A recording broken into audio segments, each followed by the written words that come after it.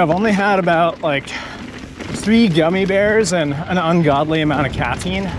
So I'm really looking for every bit of chatter reduction that I can get out of this bike at the moment. What's up? It's Xan. I'm in the woods with the Chromag Reazon. Let's walk through some of the details that set this bike apart. So at first glance, the Reazon has a lot of the numbers of a typical aggressive trail bike.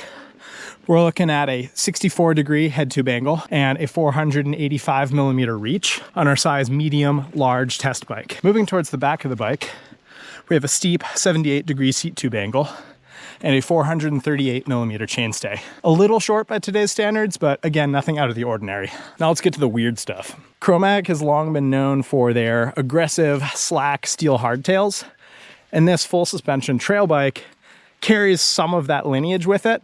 The Reazon is built with a steel front triangle paired with an aluminum rear triangle, which drives the rear shock via a horse link layout. So folks that spend a lot of time on rigid bikes or hardtails are often more familiar with a lot of the touted benefits of steel, particularly its deadening, chatter-reducing properties. That said, it's pretty unusual to see it on a full suspension trail bike, and that's what we're most curious about here, is how much the steel front triangle makes a noticeable difference when riding a bike that already has a decent amount of suspension travel under it. But that's not all. The front end of this bike has a 160mm lyric bolted to it, and that's paired with 135mm of rear travel. And that's a pretty notable discrepancy between the front and the rear end relative to other trail bikes. So this is a bike that in many ways I actually would describe as efficient, with the big caveat that you need to be making use of the bike's ample traction.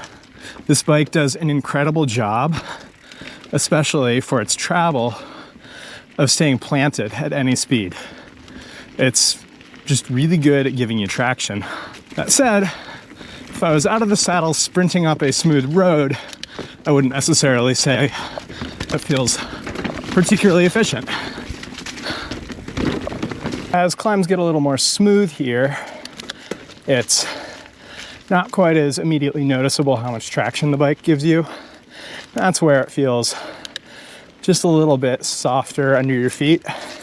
Something that just doesn't have that kind of stiffening, kind of anti-squat response that we get out of plenty other bikes. One other thing that I really appreciate here is a really excellent pedaling position. This bike comes with a very steep seat tube angle, which kind of rewards you with a very neutral pedaling position in the middle of the bike, which is nice for steep stuff, technical climbing, weird tight switchbacks, really a lot of situations that we find ourselves in today. Let's see how the steel does. Oh yeah. Yeah, so this bike has an amazing capacity for just kind of dulling a lot of those rapid but harsh impacts. And it just does so while still feeling very nimble, which on a trail like this, which definitely can beat you up on a smaller bike, feels amazing. But yeah, really easy to corner, provided you get over the front of it and give it a little bit of body English. I mean, there's just a certain muted feel that you get as you're going through weird chunk. Here's an area where I really appreciate the ride characteristics of the bike. Sections where you gotta sneak in a couple cranks, but it's chunky and you're just trying to preserve some speed. It's not all that steep. This bike is such a pleasure because it really feels like it is doing its job to preserve your comfort and momentum. And I love that. It doesn't have an appreciably long chainstay, which, you know, it has a lot of reach to kind of compensate for that, and you have a lot of room to move around on the bike. So I would just say do that. Use that ample reach to your advantage and really ride actively and manipulate the bike. That said, if you're somebody that is typically more used to a more kind of neutral from the middle position that you get from like a bike with a longer chainstay, you know, there's slightly different weight distribution going on. But hey, that's an easy adjustment.